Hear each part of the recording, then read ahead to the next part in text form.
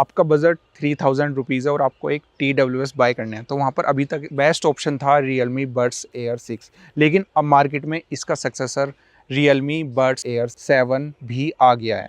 तो अगर आप सोच रहे हैं कि इन दोनों में से कौन सा बेस्ट है और आपके लिए कौन सा बेस्ट रहेगा, तो ये वीडियो आपके लिए है। इस वीडियो में फुल डिटेल्स, फीचर्स और स्पेसिफिकेशंस के साथ मैं आपको गाइड करने वाला हूँ। तो चलिए शुरू करते हैं।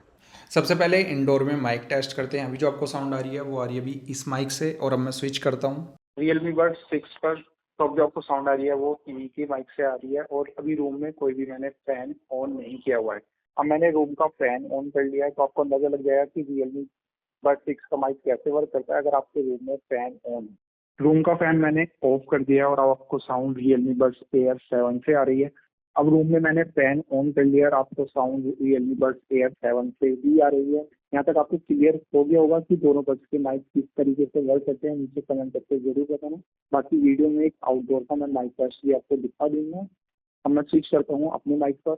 Air 6 में हमें कैप्सूल टाइप का डिज़ाइन देखने के लिए मिलता था, और इस बार Air 7 में हमें पूरा बॉक्सी डिज़ाइन देखने के लिए मिलता है। बैक साइड में यहाँ पर मैट फिनिश दी गई है और ऊपर की तरफ ये आपको ग्लोसी फिनिश देखने के लिए मिलती है। और Air 6 यहाँ पर पूरा ही मैट डिज़ाइन के साथ आती थी, और नीचे यहाँ पर आपको टाइप सी और पेयरिंग बटन मिलता था, और यहाँ पर आपको एक छोटी सी इंडिकेटर लाइट मिलती थी। Air 7 का डिज़ाइन पूरा ही ओपन कर दिया है इस बार। यहाँ पर जो आपको इंडिकेटर लाइट मिलती है ये एक बार टाइप में है, तो काफ़ी इजीली विजिबल हो जाती है उसके कंपेयर में। और यहाँ पर डिज़ाइन जो है बड्स का वो बिल्कुल ही चेंज कर दिया है Air 6 से। अगर हम कंपेयर करते हैं तो जब मैंने वेबसाइट पर देखा था तो मुझे ये डिज़ाइन Air 7 का उतना अच्छा नहीं लगा था Air 6 से, लेकिन यूज़ करने के बाद Air 7 का जो डिज़ाइन है वो कंफर्टेबल भी है। तो यहाँ पर लॉन्ग टर्म सेशन के लिए मैं Air 7 को ज़्यादा रिकमेंड करूँगा। दोनों बड्स में Realme लिंक ऐप का सपोर्ट मिल जाता है, और यहाँ पर हमें कुछ डिफरेंट ऑप्शन देखने के लिए मिलते हैं। यहाँ पर आप देख सकते हैं Realme 7 में हमें स्पेशल ऑडियो का सपोर्ट मिल जाता है। ये सपोर्ट हमें Realme Buds Air 6 में नहीं मिलता है। और अगर हम यहाँ पर डायनेमिक ऑडियो की बात करें तो Air 6 में हम सिर्फ यहाँ पर जो हमारा डायनेमिक बेस है इसको कम या फिर ज़्यादा कर सकते हैं, लेकिन हमें यहाँ पर 3 ऑप्शन दिए हुए हैं: लो फ्रीक्वेंसी, मिड फ्रीक्वेंसी और हाई फ्रीक्वेंसी। तो यहाँ पर ऑडियो को ट्यून करने के हमें ज़्यादा ऑप्शन देखने के लिए मिलते हैं। बाकी सिमिलर से ही हमें प्रीसेट मिल जाते हैं इक्वलाइज़र मोड के। और यहाँ पर नीचे आप देख सकते हैं dual device connection. Realme Buds Air 7 में हमें डुअल डिवाइस पेयरिंग का भी सपोर्ट मिल जाता है, और ये ऑप्शन आज के टाइम में काफ़ी ज़्यादा इम्पोर्टेंट है। आप एक साथ 2 डिवाइस पर इसका यूज़ कर सकते हैं। जिस डिवाइस पर भी आप सॉन्ग प्ले करोगे Realme Buds Air 7 auto switch हो जाएंगे, लेकिन ये ऐसा कोई भी ऑप्शन हमें Realme Buds Air 6 में नहीं मिलता है। एप्लीकेशन में और कुछ एक्स्ट्रा यहाँ पर हमें ऑप्शन देखने के मिल जाते हैं जो कि दोनों ही बड्स में अवेलेबल है। अब गेम मोड टेस्ट कर लेते हैं, क्योंकि Realme Buds Air 6 में हमें 55 ms की लो लेटेंसी मिलती है, और Air 7 में हमें यहाँ पर 45 ms की लो लेटेंसी मिलती है।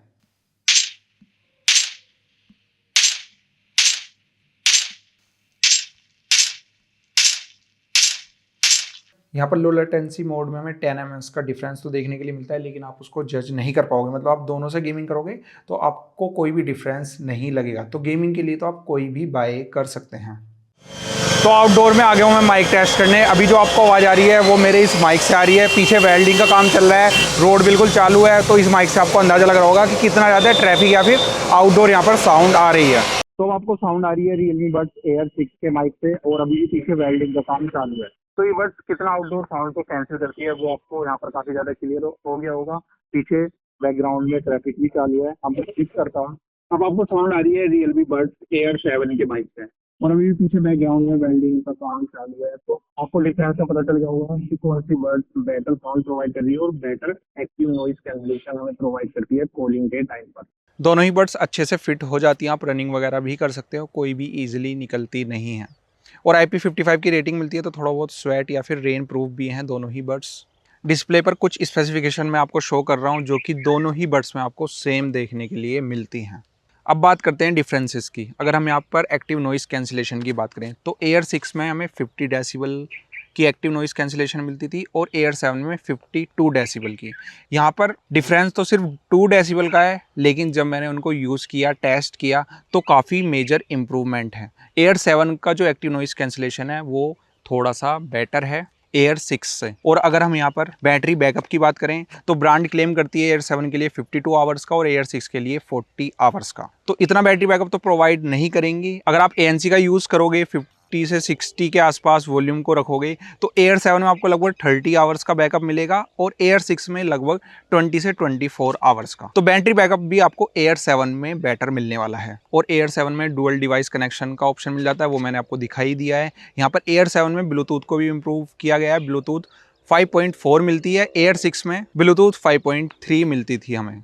और Air 7 में एक नया ऑप्शन मिल जाता है स्विफ्ट पेयर 6 का। जिस तरीके से आपको गूगल पेयर का सपोर्ट मिल जाता है स्मार्टफोन में, इसी तरीके से अगर आपके पास विंडो पीसी है तो आपको फास्ट पेयर करने के लिए ये सपोर्ट मिल जाता है, जो कि Air 6 में नहीं मिलता था। चार्जिंग टाइम की बात करें तो 1.5 आवर्स से 2 आवर्स का ही टाइम लगता है दोनों को अगर आप फुल चार्ज करोगे केस के साथ में। और ट्रांसपेरेंसी मोड भी Air 7 का स्लाइटली बेटर है Air 6 के कंपैरिजन में।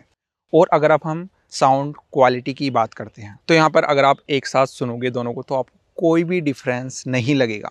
Air 7 की जो साउंड क्वालिटी है वो 19-20 ही Air 6 के कंपैरिजन में बेटर है। Air 6 की क्वालिटी पहले से ही काफ़ी बेटर थी, Air 7 की स्लाइटली बेटर हो गई है। तो यहाँ पर Air 7 में आपको एक स्लाइटली एज और मिल जाता है। थोड़े से वोकल्स और जो बेस थे उसमें क्लियरिटी ऐड की गई है, स्लाइटली की गई है, मतलब आप दोनों को एक साथ सुनोगे तो आपको डिफरेंस नहीं लगेगा। और जो मैक्सिमम साउंड है वो भी लगभग हमें सिमिलर सी ही देखने के लिए मिलती है। Air 7 की थोड़ी सी इंप्रूव हुई है क्योंकि वहाँ पर क्लियरिटी थोड़ी सी ऐड की गई है। और अगर मैं कंक्लूजन की बात करूं तो मुझे Air 7 का डिज़ाइन भी अच्छा लगा है, जो कि देखने में उतना अच्छा नहीं लग रहा था। बाकी काफ़ी सारी चीज़ें इम्प्रूव की गई हैं। तो अगर ऑफर में आपको Air 6 2200 से 2500 की ही मिलती है और Air 7 3000 से ज़्यादा मिल रही है, तब आप Air 6 की तरफ देख सकते हैं। नहीं तो आपके लिए बेटर ऑप्शन अब Air 7 ही रहने वाला है। मैं आपको ज़्यादा रिकमेंड Air 7 ही करूँगा क्योंकि यहाँ पर कुछ एक्स्ट्रा ऑप्शन दिए गए हैं जो कि आज के टाइम में होने काफ़ी ज़रूरी हैं। जैसे एक मेन ऑप्शन है डुअल डिवाइस कनेक्शन का। और माइक की क्वालिटी आपने देख ही ली होगी, Air 7 की मुझे स्लाइटली बेटर ही लगी है।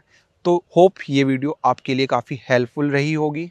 आपकी कोई क्वेरी है तो आप नीचे कमेंट कर सकते हैं। वीडियो अच्छी लगी तो वीडियो को लाइक करके चैनल को सब्सक्राइब करके बेल आइकन प्रेस कर लेना। मिलते हैं आपसे नेक्स्ट वीडियो में, तब तक के लिए टाटा बाय बाय।